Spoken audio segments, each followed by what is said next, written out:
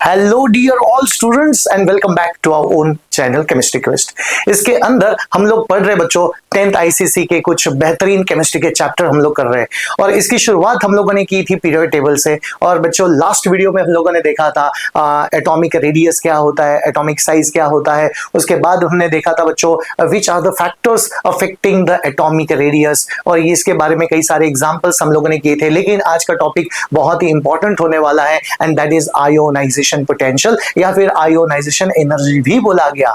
Sir क्या ionisation energy और atomic radius का कोई संबंध होता है क्या? बहुत जरूरी होता है बच्चों, इसलिए लास्ट वाला वीडियो आप लोग जरूर देखना, वहां से एटॉमिक रेडियस के बारे में पता चलेगा। आज हम लोग देखने की कोशिश करेंगे आयोनाइजेशन पोटेंशियल क्या होता है। बहुत सारे बच्चे ऐसे होते हैं जिनको आयोनाइजेशन पोटेंशियल का डेफिनेशन ही नहीं समझता, राइट। हम लोग इसको एक्सप्लोर करने की कोशिश करेंगे और उसके बाद में देखेंगे क्या आयोनाइजेशन पोटेंशियल मेटालिक प्रॉपर्टी को डिसाइड करता है या नहीं करता है। आज हमें पता चलेगा क्या मेटालिक प्रॉपर्टी आयोनाइजेशन पोटेंशियल के ऊपर डिपेंड करती है, कौन सा रिएक्टिव मेटल होता है, कौन सा लेस रिएक्टिव मेटल होता है। यही सारी चीजों को एक्सप्लोर करने की कोशिश करेंगे। तो चलिए शुरुआत करते हैं आयोनाइजेशन पोटेंशियल को।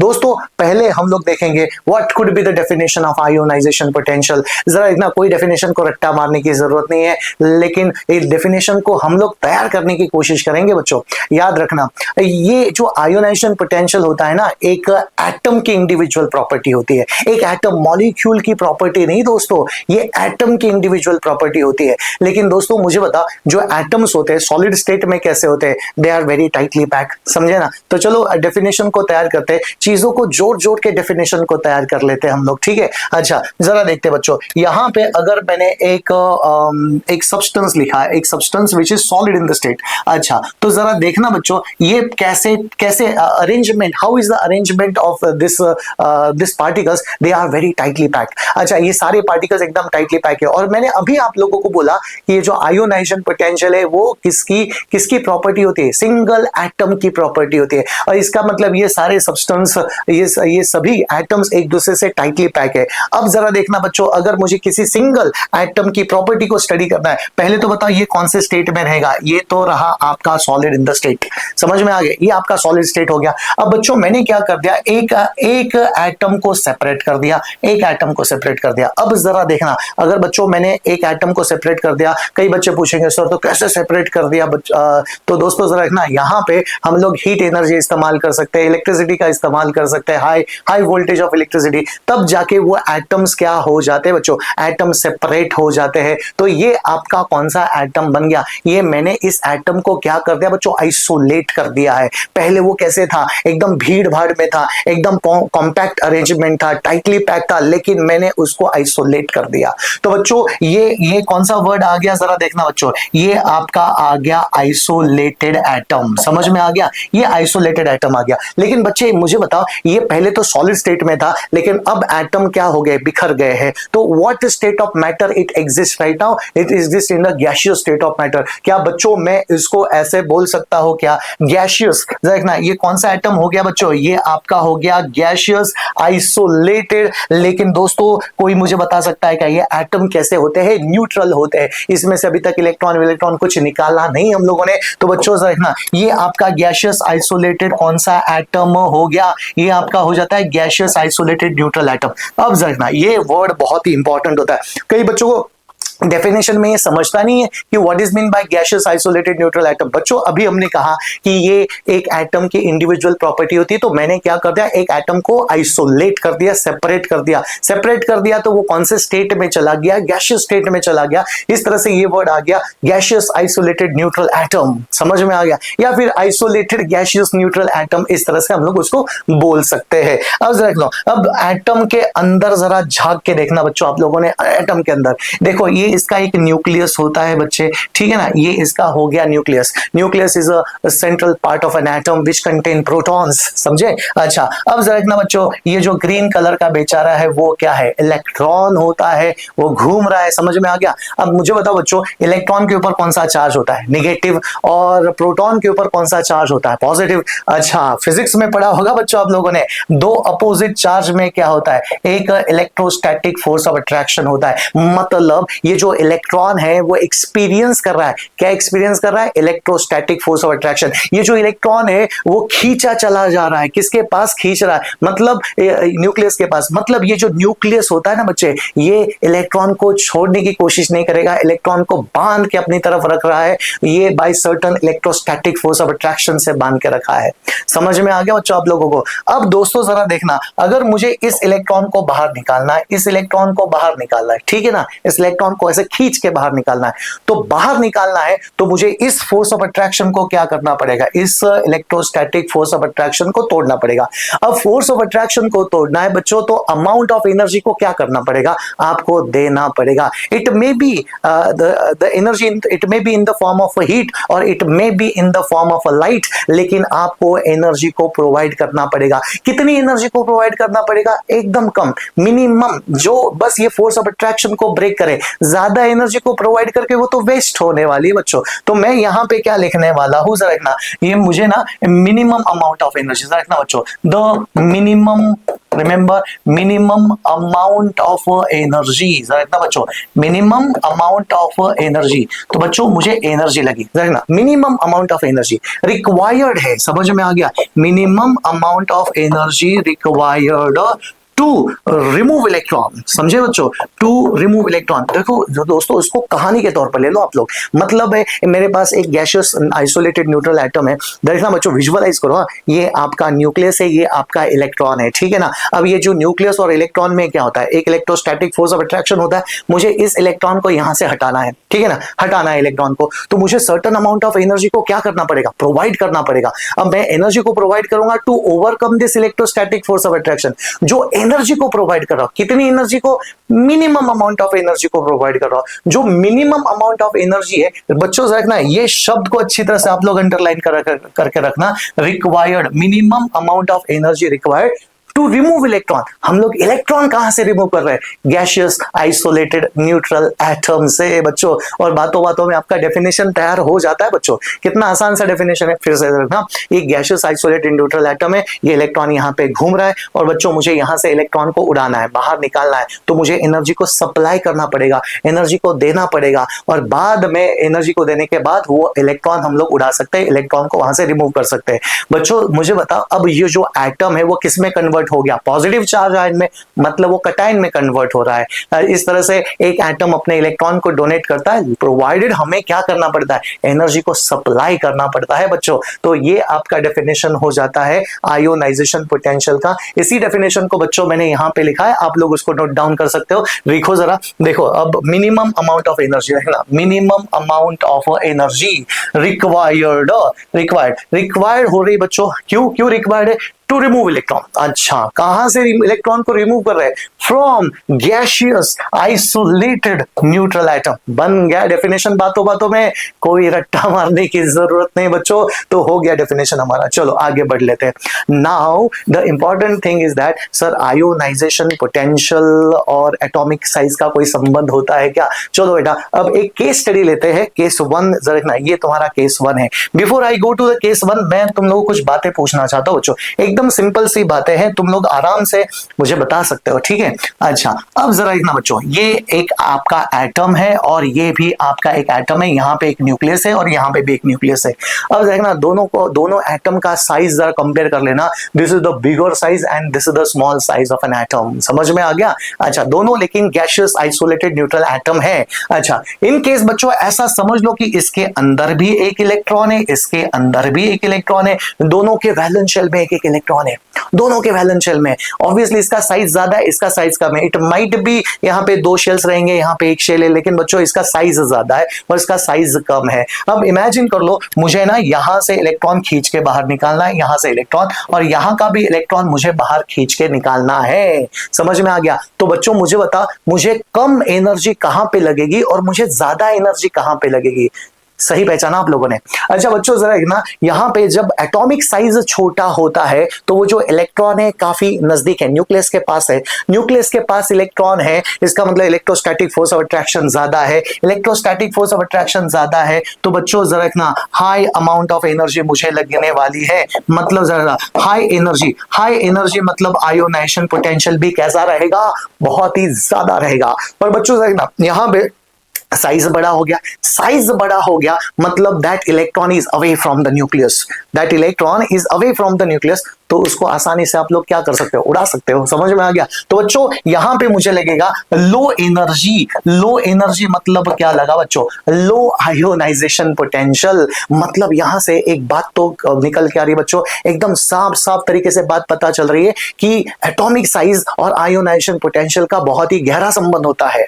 ठीक है ना? यहां से हमें पता चला कि जितना छोटा साइज होता है ना बच्चों, छोटा साइज होता है तो एनर्जी ज्यादा लगती है टू रिमूव इलेक्ट्रॉन। समझ में आ गया? लेकिन अगर साइज ये बड़ा बड़ा सा साइज हो गया तो बच्चों इलेक्ट्रॉन आसानी से निकल सकते हैं आप लोगों के। तो यहां से हमें पता चलता है जितना बड़ा साइज उतनी कम एनर्जी, और देखना जितना छोटा साइज उतनी ज्यादा एनर्जी। ज्यादा एनर्जी मतलब ज्यादा आयोन आयोनाइजेशन एनर्जी, ज्यादा आयोनाइजेशन पोटेंशियल। तो बच्चों देखना इसी एग्जांपल को हम लोग 2 मिनट देख लेते हैं। इस एग्जांपल को, चलो इस एग्जांपल को हम लोग जरा देख लेते हैं। यहाँ पे हमें सोडियम और पोटेशियम के बीच में पूछा है बच्चों, चलो इसी को डिस्कस कर लेते हैं, सोडियम और पोटेशियम। अच्छा जरा देखना, ये आपका हो गया बच्चे सोडियम, यहाँ पे लिख रहा हूं बच्चों सोडियम, और यहाँ पे लिख दिया बच्चे पोटेशियम। इसका एटॉमिक नंबर 11 होता है, इसका एटॉमिक नंबर 9 होता है। पहले इलेक्ट्रॉनिक कॉन्फ़िगरेशन निकालो और एटॉमिक साइज के रिलेटेड कुछ बात कर लेते हैं, ठीक है ना? अच्छा यहां पे जरा देखना, इसका इलेक्ट्रॉनिक कॉन्फ़िगरेशन हो गया बच्चों 281 और इसका इलेक्ट्रॉनिक कॉन्फ़िगरेशन हो गया 2881। यहां से साफ साफ आपको पता चल रहा है बच्चों पोटेशियम का साइज बड़ा है और सोडियम का साइज कंपैरेटिवली छोटा है। देखना इसका साइज छोटा है जबकि इसका साइज बड़ा है। इस कंटेन 4 शेल्स होते हैं और चौथे शेल में एक इलेक्ट्रॉन, इसके अंदर 3 शेल है। बेटा जरा देखना, अगर मुझे यहां से एक इलेक्ट्रॉन यहां से एक इलेक्ट्रॉन उड़ाना है तो कहां पे मुझे कम एनर्जी लगेगी, मुझे यहां पे कम एनर्जी लगेगी। तो बच्चे देखना, अगर मैंने पूछा किसका आयोनाइजेशन पोटेंशियल ज्यादा रहेगा, हाई आयोनाइजेशन पोटेंशियल, और यहां पे रहेगा बच्चों low ionization potential. That is why अब आपको जाके समझा होगा बच्चों रिएक्टिविटी सीरीज में हम लोग पोटेशियम को पहले लिखते हैं बाद में सोडियम को लिखते हैं, क्योंकि सोडियम पोटेशियम ज्यादा रिएक्टिव होता है। क्यों? वो जल्दी से इलेक्ट्रॉन डोनेट करता है, थोड़ी सी एनर्जी दे दी तो जल्दी से इलेक्ट्रॉन डोनेट कर लेता है। अब जितना जल्दी इलेक्ट्रॉन डोनेट करेगा उतना ही ज्यादा रिएक्टिव रहेगा बच्चों, उतनी ही ज्यादा मेटालिक प्रॉपर्टी रहेगी। इसलिए बच्चों मैं बोलता हूं कि पोटेशियम ज्यादा रिएक्टिव होता है एज कंपेयर टू सोडियम। इसलिए बच्चों हम लोगों ने ये भी पढ़ा था पिछले वीडियोस में, हमने पढ़ा था सोडियम लिथियम सोडियम पोटेशियम। नीचे जाओगे तो रिएक्टिविटी बढ़ती है, नीचे गए तो रिएक्टिविटी क्यों बढ़ी? क्योंकि साइज बड़ा हो गया। साइज बड़ा होने से जल्दी से इलेक्ट्रॉन डोनेट कर लेता है, जल्दी से tendency to donate electron increases बच्चों। दैट इज व्हाई ये आयोनाइजेशन पोटेंशियल बहुत ही काम की चीज होती है बच्चों। यहां से मैं एक रिलेशनशिप निकाल सकता हूं बच्चों, and what is that relationship, जरा देखना बच्चों, इसको आप लोग पक्का मार करके रखना, वेरी वेरी इंपॉर्टेंट। तो बच्चों मतलब एटॉमिक साइज या फिर एटॉमिक रेडियस, समझे ना? एटॉमिक साइज और आयोनाइजेशन पोटेंशियल का कोई संबंध होता है क्या? यस बच्चों। तो यहां से हमें पता चला atomic size is inversely proportional to ionisation potential या फिर आयोनाइजेशन एनर्जी। मतलब बच्चों साइज बड़ा, देखना साइज बड़ा तो आयोनाइजेशन पोटेंशियल क्या होगा? कम होगा। एंड अगर साइज छोटा रहेगा तो आयोनाइजेशन पोटेंशियल क्या होगा बच्चों? बढ़ जाता है। चलो यहां से हमें एक बात तो पता चली बच्चों। केस नंबर 2 का एग्जांपल जरा देख ले। केस नंबर 2 काफी इंटरेस्टिंग होता है बच्चों। केस नंबर 2 यहां पे बच्चों मैंने लिखा सोडियम और यहां पे लिखा बच्चों क्लोरीन। सोडियम का एटॉमिक नंबर 11 होता है, इसका एटॉमिक नंबर क्लोरीन का 17 होता है। चलो बच्चों अब आपको बताना है मुझे। अच्छा दोनों का इलेक्ट्रॉनिक कॉन्फ़िगरेशन विल बी 281 और दोनों इसका भी इलेक्ट्रॉनिक कॉन्फ़िगरेशन 287। सर दोनों का तो नंबर ऑफ शेल हो गए सेम, लेकिन बच्चों अगर आपने लास्ट का वीडियोस देखा होगा related with the atomic size, जितने ज्यादा वैलेंस इलेक्ट्रॉन रहेंगे, नंबर ऑफ शेल का तो हो गया टाइप, तो आपको कौन सा फैक्टर चेक करना है? आपको चेक करना है बच्चों न्यूक्लियर चार्ज। न्यूक्लियर चार्ज, इसके लिए मैंने शॉर्टकट बोला था बच्चों, जितने ज्यादा वैलेंस इलेक्ट्रॉन वो एटम का साइज क्या हो जाता है? श्रिंक हो गया। मतलब इसका साइज छोटा है एटॉमिक साइज और इसका एटॉमिक साइज बड़ा है। अगर साइज छोटा है तो इसका आयोनाइजेशन पोटेंशियल क्या क्या रहेगा बच्चों, ज्यादा रहेगा। मतलब क्लोरीन से इलेक्ट्रॉन निकालना डिफिकल्ट है। क्यों क्लोरीन से इलेक्ट्रॉन निकालना डिफिकल्ट है, मतलब मोर एनर्जी लगेगी। क्यों बच्चे, क्योंकि इसका न्यूक्लियर चार्ज ज्यादा है। न्यूक्लियर चार्ज ज्यादा है तो एटॉमिक साइज क्या हो गया, कम हो गया। एटॉमिक साइज कम हो गया तो इलेक्ट्रॉन उड़ाना डिफिकल्ट हो जाता है, मोर एनर्जी लगने वाली है। तो यहां से हमें पता चल जाता है बच्चों कि एटॉमिक रेडियस के क्या संबंध होता है। चलो क्यों ना इसके कुछ एग्जांपल्स हम लोग कर लेते हैं, कुछ एग्जांपल्स के द्वारा हम लोग समझ लेते हैं। बच्चों मैं कुछ क्विकली कुछ एग्जांपल तुम्हें देना चाहता हूं, बस आपने मुझे बताना है किसका आयोनाइजेशन पोटेंशियल कम रहेगा, किसका ज्यादा रहेगा, कुछ एग्जांपल के थ्रू। अच्छा, पहला एग्जांपल है बच्चे आपके लिए, यहां पे लिया सोडियम और यहां पे लिया एल्यूमिनियम। दूसरा एग्जांपल है ऑक्सीजन और यहां पे लिया बच्चों नाइट्रोजन। तीसरा एग्जांपल है आपके लिए नाइट्रोजन और फास्फोरस, राइट। ओके चलो ये 3 एग्जांपल को हम लोग कर लेते हैं। वीडियो को पॉज करना आप लोगों ने और सॉल्व करना है, ठीक है ना। चलो और दूसरा भी एग्जांपल देना चाहता हूं बच्चों, फोर्थ वाला example, that is nothing but your calcium और पोटेशियम का एग्जांपल देना चाहता हूं। इनके एटॉमिक नंबर क्या होता है, 11 होता है, इसका 13 होता है, इसका 8 होता है, इसका 7 हो गया, इसका 7 हो गया, इसका 15 हो गया, इसका 20 और इसका 19 हो गया। चलो वीडियो को पॉज कर लो और सॉल्व कर लेना किसका आयोनाइजेशन पोटेंशियल ज्यादा रहेगा। उसके लिए बच्चों हमें एटॉमिक साइज के ऊपर डिसाइड करना पड़ेगा, ये फैक्टर को हमें डिसाइड करना पड़ेगा। चलो बच्चों सॉल्व कर लेते हैं, ठीक है। अच्छा चलो इसका इलेक्ट्रॉनिक कॉन्फ़िगरेशन क्या हो जाता है बच्चों, इसका इलेक्ट्रॉनिक कॉन्फ़िगरेशन 281 और इसका electronic configuration 283। Number of shells हो गए सेम।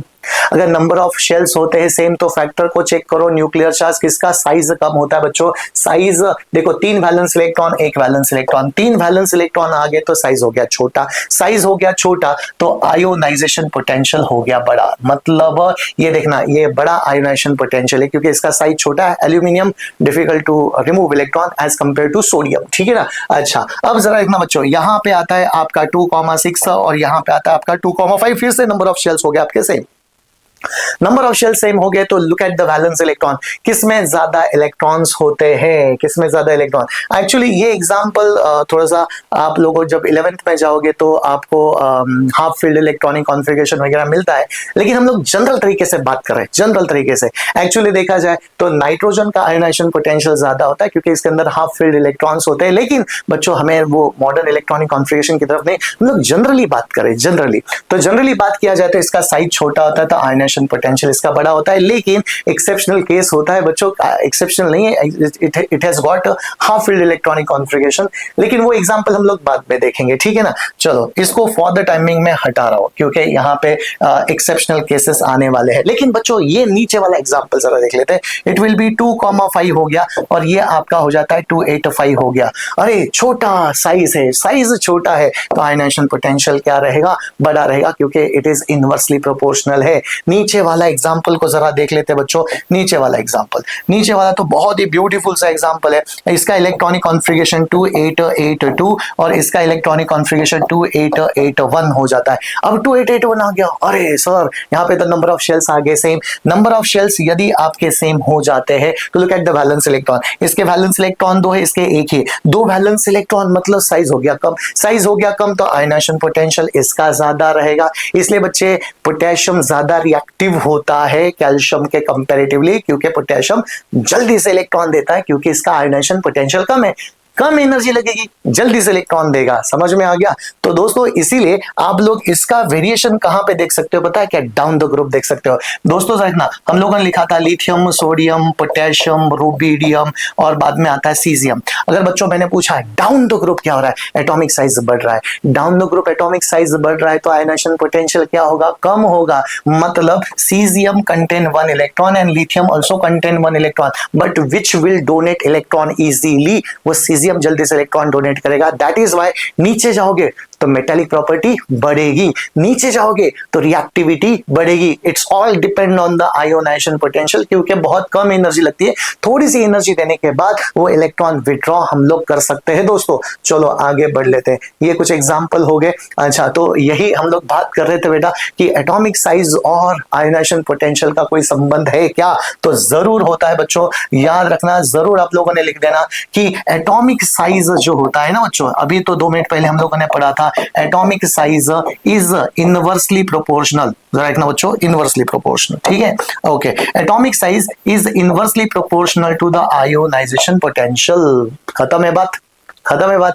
इसका मतलब बच्चों लास्ट टाइम जो हमने एक डायग्राम निकाला था, कुछ याद आया क्या आप लोगों को? ये कुछ ऐसा डायग्राम था बच्चों, ये एटॉमिक साइज के ट्रेंड थे, जरा देखना। As I move across the period atomic size क्या होता है? कम होता है। अच्छा, as I move down the group atomic size क्या होता है बच्चों? ज्यादा होता है एटॉमिक रेडियस। समझ में आ गया? तो बच्चों यू टेल मी, अगर I am moving across the period क्या हो रहा है? आयोनाइजेशन पोटेंशियल आपका बढ़ रहा है। क्यों बढ़ रहा है? एटॉमिक साइज कम हो रहा है, इसलिए आयोनाइजेशन पोटेंशियल बढ़ रहा है अक्रॉस द पीरियड। लेकिन नीचे जाओगे तो साइज बढ़ने वाला है। साइज बढ़ेगा तो क्या होगा बच्चों? आयोनाइजेशन पोटेंशियल इसका कम कम होता जाता है। नीचे जाओगे तो साइज बढ़ जाता है। इस तरह से बच्चों ये ट्रेंड आप लोगों ने देखने हैं, ठीक है ना। चलो इसी ट्रेंड के ऊपर हम लोग बात कर रहे हैं बच्चों, कुछ ट्रेंड के ऊपर बात करेंगे। और ये ट्रेंड हमें दिखाता है first ionization energy, ionization potential किसका?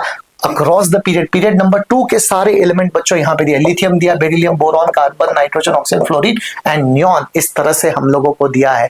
तो दोस्तों आप लोगों ने देखा होगा ये ट्रेंड क्या होता है? As the atomic number keep on increasing ionisation potential increase हो रहा है। हाँ, जरूर कुछ एक्सेप्शनल केसेस यहाँ पे आएंगे बच्चों, एक्सेप्शनल केसेस आएंगे, लेकिन हमें वो अभी करने की जरूरत नहीं। ग्रेड 11 में भर भर के हम लोग करेंगे, अभी हमें करने की जरूरत नहीं है। दोस्तों फिर से ये आपका पीरियड नंबर 2 का एग्जाम्पल हो जाता है। दोस्तों ये पीरियड नंबर 2 का एग्जांपल है और ये पीरियड नंबर 3 का एग्जांपल है। वंस अगेन बच्चों देखा, यूनिफॉर्मली एटॉमिक, जैसे एटॉमिक नंबर आपका बढ़ रहा है तो आयोनाइजेशन पोटेंशियल आपका बढ़ रहा है। सिमिलरली एटॉमिक नंबर बढ़ रहा है, आयोनाइजेशन पोटेंशियल आपका बढ़ रहा है। कुछ वेरिएशंस आएंगे लेकिन वो हमें आगे पढ़ने की जरूरत है। ये होता है अक्रॉस द पीरियड।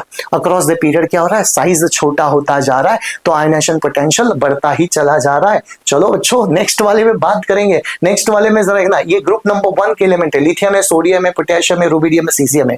नीचे नीचे जाओगे बेटा देखना, लिथियम का आयोनाइजेशन पोटेंशियल जरा देखना 500 किलो जूल पर केल्विन, जरा देखना बच्चों फर्स्ट आयोनाइजेशन पोटेंशियल। बाद में सीजियम का जरा देखना बहुत ही कम आ गया बच्चों। यहां से हमें पता चलता है जब जैसे तुम आप लोग नीचे चले जाते हो, नीचे नीचे गए क्या हो गया? नीचे चले गए तो एटॉमिक रेडियस बढ़ जाता है। एटॉमिक रेडियस बढ़ जाता है तो आयोनाइजेशन पोटेंशियल क्या हो गया बच्चों? धार से एकदम नीचे आ गया। समझे? इसका लिथियम का आयोनाइजेशन पोटेंशियल बड़ा है क्योंकि इसका एटॉमिक साइज छोटा है तो इलेक्ट्रॉन निकालना डिफिकल्ट हो जाता है, मोर एनर्जी लगेगी। लेकिन नीचे गए तो एटॉमिक साइज बढ़ जाता है, आयोनाइजेशन पोटेंशियल कम हो गया। Same is applicable to group number 2 that is alkaline earth metal. जरा देखना बच्चे, बेरिलियम है, मैग्नीशियम है, कम हो गया, कैल्शियम का कम हो गया और बेरियम का तो एकदम कम हो गया बच्चों। इसलिए बेरियम जल्दी से आयन फॉर्म करता है, बेरियम जल्दी से इलेक्ट्रॉन डोनेट करता है क्योंकि इसका एटॉमिक रेडियस ज्यादा हो जाता है बच्चों। चलो आगे हम लोग देखेंगे। तो ट्रेंड की बात करेंगे, आयोनाइजेशन पोटेंशियल का ट्रेंड क्या होता है, ठीक है। अच्छा, अक्रॉस द पीरियड, अब बच्चों आप लोग बोलोगे, मैं ज्यादा कुछ बोलूंगा नहीं, आप लोगों ने बोलना है अक्रॉस द पीरियड क्या होता है। Across the period atomic radius क्या होता है? Atomic size. Across the period atomic size आपका होता है कम। समझ में आ गया? Across the period atomic size हो गया कम, लेकिन जरा देखना बच्चों तो क्या हो गया? आयोनाइजेशन पोटेंशियल या फिर आयोनाइजेशन एनर्जी बढ़ गई क्योंकि atomic radius inversely proportional to the ionisation potential. बच्चों आप लोग समझ रहे हो शायद, ठीक है ना। डाउन द ग्रुप क्या हो रहा है बच्चों, जरा बताना। डाउन द ग्रुप हो रहा है बच्चों एटॉमिक साइज आपका बढ़ रहा है, लेकिन आयोनाइजेशन पोटेंशियल आपका क्या हो रहा है बच्चों? घट रहा है, ठीक है ना। ये बहुत ही ब्यूटीफुल सी बात हमने कही। तो बेटा you tell me, across the period क्या हो रहा है? साइज कम हो गया, मतलब decreasing order of atomic radius but increasing order of ionization potential, ठीक है ना। Increasing order of ionization potential, ये चीज हो जाती है। Let us try to understand by taking some example. लेकिन एग्जांपल करने से पहले कुछ इंपॉर्टेंट चीज, दैट इज वेरी इंपॉर्टेंट बच्चों, हमेशा ये चीज हमेशा पूछी जाती है। बेटा you tell me, across the period ionization potential तो बढ़ने ही वाला है, 100% बढ़ने वाला है।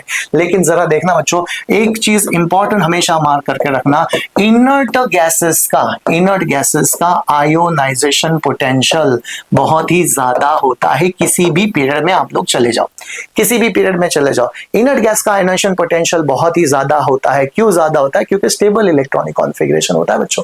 स्टेबिलिटी के कारण बेटा वो बहुत ही ज्यादा स्टेबल सिस्टम है, उससे इलेक्ट्रॉन निकालना है तो अनस्टेबल हो जाएगा, समझ में आ गया। और ये स्टेबल इलेक्ट्रॉनिक कॉन्फ़िगरेशन की वजह से it's very difficult to remove that electron. तो that is why inert gases का आयोनाइजेशन पोटेंशियल क्या होता है बेटा, किसी भी पीरियड में आप लोग चले जाओ। जैसे अगर बच्चों मैंने पूछा फर्स्ट पीरियड हाइड्रोजन है और हीलियम है, तो किसका आयोनाइजेशन पोटेंशियल ज्यादा रहेगा, हीलियम का आयोनाइजेशन पोटेंशियल ज्यादा रहेगा। सेकंड पीरियड में चला गया, सेकंड पीरियड में आता है lithium, beryllium, boron, carbon, nitrogen, oxygen, fluorine, neon. और बेटा मैंने पूछ लिया कि सबसे ज्यादा आयोनाइजेशन पोटेंशियल किसका रहेगा पीरियड नंबर सेकंड में, पीरियड नंबर सेकंड में तो नियॉन का बहुत ही तगड़ा आयोनाइजेशन पोटेंशियल रहेगा बच्चों। सिमिलरली आप लोग थर्ड पीरियड में चले गए, सोडियम, बाद में मैग्नीशियम, एल्यूमिनियम, सिलिकॉन, ठीक है, phosphorus, sulphur, chlorine and argon. तो आर्गॉन का आयोनाइजेशन पोटेंशियल पीरियड नंबर 3 में सबसे ज्यादा होने वाला है। आई होप आप लोगों को समझ में आ गया। तो बच्चों अगर पीरियड नंबर 3 में चला गया तो लो आयोनाइजेशन पोटेंशियल, और ये रहा आपका high ionization potential. Same goes to the period number 2, मतलब हमने across the period increasing order of ionization potential जा रहे हैं, ठीक है ना बच्चों। तो यहां से हम लोगों को एक बात तो साफ तौर पे पता चली कि इनर्ट गैसेस का आयोनाइजेशन पोटेंशियल क्या होता है बच्चों, बहुत ही खतरनाक होता है, बहुत ही ज्यादा होता है। लेकिन उसमें भी इनर्ट गैसेस में भी सर, इनर्ट गैसेस तो मेरे पास होता है, हीलियम होता है, नियॉन होता है, आर्गॉन होता है, क्रिप्टॉन होता है, जेनॉन होता है, रेडॉन होता है, इतने सारे इनर्ट गैस है।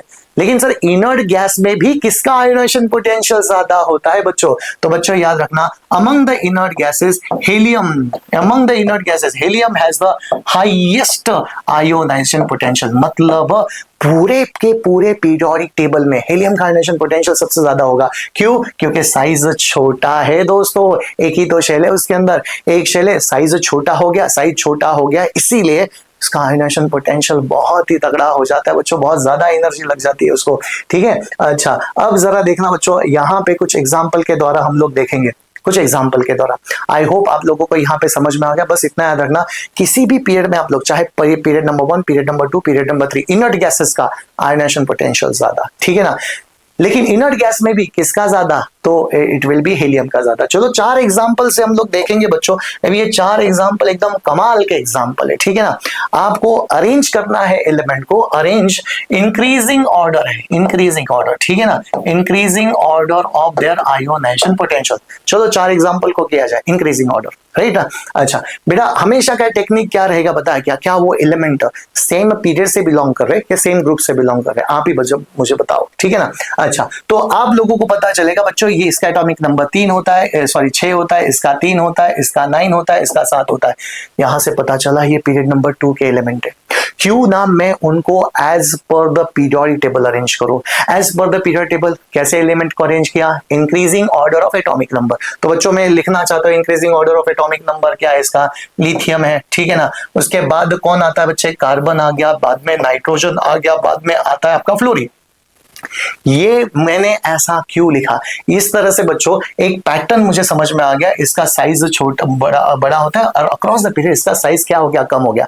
यहां से मुझे पता चला बच्चों, ये आपका जो एलिमेंट को मैंने अरेंज किया है ना, वो एज पर द इंस्ट्रक्शन ही है। इसका मतलब मैंने एलिमेंट को अरेंज किया as per increasing order of ionization potential, क्योंकि इसका लो आयोनाइजेशन पोटेंशियल रहेगा और इसका क्या रहेगा बच्चों, हाई आयोनाइजेशन पोटेंशियल। मतलब कम एनर्जी किसको लगेगी, इसको लगेगी, और ज्यादा energy to remove electron fluorine को लगने वाली बच्चों। तो आंसर आपका यही रहा, आंसर आपका यही रहा, लिथियम से लेके फ्लोरीन, राइट ना। Across the period ionization potential बढ़ने वाला है, अक्रॉस द पीरियड बढ़ गया, ठीक है ना। चलो नेक्स्ट एग्जांपल कर लेते हैं बच्चों। नेक्स्ट एग्जांपल हमें पूछा क्या है, हमें पूछा है ये fluorine, chlorine, bromine, iodine, fluorine, chlorine. अरे ये तो ग्रुप नंबर 17 के एलिमेंट होते हैं बच्चों। क्यों ना मैं इनको as per the period table arrange कर दूं, as per the period table, fluorine, chlorine, bromine, iodine. और बच्चों आपको पता चला नीचे जाओगे तो साइज बड़ा रहेगा, साइज बड़ा रहेगा मतलब लो आयोनाइजेशन पोटेंशियल,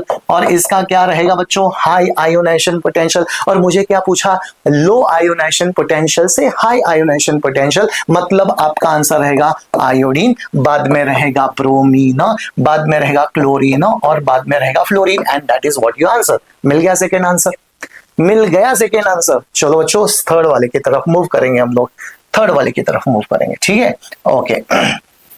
देखो देखो कितना आसान है, ठीक है ना, पढ़ते रहे ना बस आप लोगों ने।